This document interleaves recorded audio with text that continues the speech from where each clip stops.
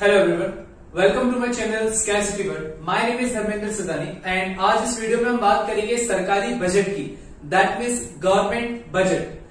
बहुत बार आप लोगों ने बजट नाम सुना है, लेकिन हमें एग्जैक्टली मतलब पता नहीं चलता कि बजट होता क्या है। तो सरकारी बजट से अभिप्राय उस विवरण पत्र से होता है, उस विवरण प्रपत्र या पत्र से होता है जिसमें सरकार की प्राप्तियों तथा सरकार के भुगतानों को दर्शाया जाता है। अर्थात एक लेखा वर्ष की अवधि के दौरान, एक लेखा वर्ष का मतलब होता है 1 अप्रैल से 31 मार्च, इस पूरे एक साल में सरकार को किन किन सोर्सेस से पैसा मिलने वाला है और सरकार उस पैसे को किन किन सोर्सेस पे खर्च करने वाली है, यानी सरकार की प्रत्याशित आय व सरकार की प्रत्याशित व्ययों को प्रकट करने वाला जो विवरण प्रपत्र होता है, जो स्टेटमेंट होता है, वही कहलाता है सरकारी बजट। अब हम बात करेंगे कि सरकार अपना बजट बनाती क्यों है, अर्थात सरकारी बजट के उद्देश्य क्या होते हैं। सरकार अपना बजट इसलिए बनाती है, जिसका सबसे पहला पॉइंट है आय व संपत्ति का पुनर्वितरण करने के लिए। आय व संपत्ति का पुनर्वितरण में सरकार क्या करती है, कराधान तथा आर्थिक सहायता जैसी नीतियों का अनुसरण करती है। कराधान का मतलब होता है कर का धान, अर्थात सरकार कितना कर यानी कि टैक्स लोगों से वसूलने वाली है और सरकार कितनी सब्सिडीज, कितनी आर्थिक सहायता गरीब लोगों को, पुअर पीपल्स को क्या करने वाली है, प्रोवाइड करने वाली है। तो इस तरीके से सरकार क्या करती है, धनी व निर्धन व्यक्ति के बीच के अंतर को कम करना चाहती है। अर्थात सरकार क्या करेगी, धनी व्यक्ति से अधिकतम टैक्स यानी कि कर की राशि वसूल करके उसी पैसे से क्या करेगी, गरीब व्यक्तियों को आर्थिक सहायता प्रदान करेगी, जिससे इन दोनों के बीच का जो अंतर है वह कम हो जाए। तो यह सिर्फ सरकारी बजट के माध्यम से ही पूरा हो पाता है, क्योंकि सरकारी बजट से हमें कराधान व आर्थिक सहायता जैसी संपूर्ण नीतियों का हमें ज्ञान प्राप्त होता है। तो इसी के थ्रू सरकार क्या करती है, धनी व निर्धन व्यक्ति के बीच का जो अंतर है वह कम करती है। दूसरा पॉइंट है संसाधनों का पुनः आवंटन।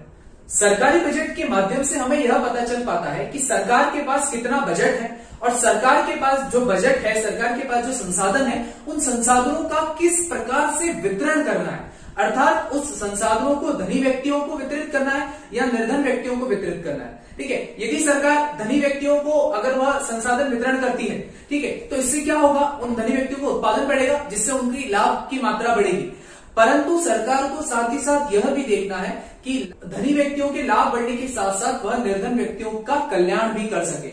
अर्थात सरकार सरकारी बजट के माध्यम से संसाधनों का पुनः आवंटन करती है, धनी व निर्धन व्यक्ति के बीच क्या करती है, समानता स्थापित करने के लिए उनमें संसाधनों का पूर्ण रूप से कुशलतम क्या करती है, आवंटन करती है, जिससे सामाजिक कल्याण को क्या किया जा सके, अधिकतम किया जा सके।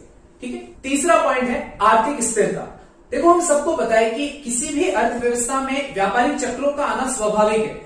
कई बार अर्थव्यवस्था तेजी की स्थिति में होती है तो कई बार अर्थव्यवस्था मंदी की स्थिति में होती है, और यह दोनों ही स्थितियां अर्थव्यवस्था के लिए घातक होती है। तेजी की स्थिति में क्या होता है कि वस्तुओं सेवाओं की कीमतें बढ़ने लगती है, जिससे महंगाई बहुत ज्यादा बढ़ जाती है, इन्फ्लेशन आ जाता है इकोनॉमी में।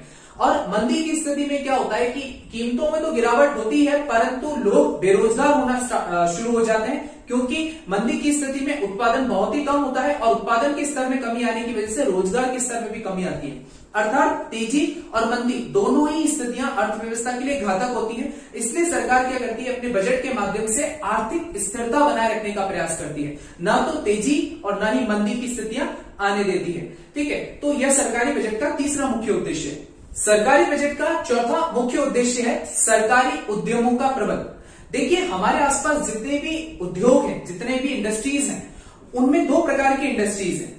कुछ जो उद्योग धंधे हैं, कुछ जो फर्में हैं, वो निजी क्षेत्र द्वारा संचालित की जा रही हैं, और कुछ ऐसी फर्में, कुछ ऐसे उद्योग हैं जो सरकार द्वारा संचालित किए जाते हैं। सरकारी उद्योगों की यह विशेषता होती है कि सामाजिक कल्याण करना, तथा निजी उद्योगपतियों का मुख्य उद्देश्य होता है लाभ कमाना। तो निजी उद्योगपति क्या करते हैं, सामान्यतः वह लोगों का अत्यधिक शोषण करने लगते हैं, वह वस्तुओं सेवाओं को अधिक कीमतों पर बेचना स्टार्ट करते हैं।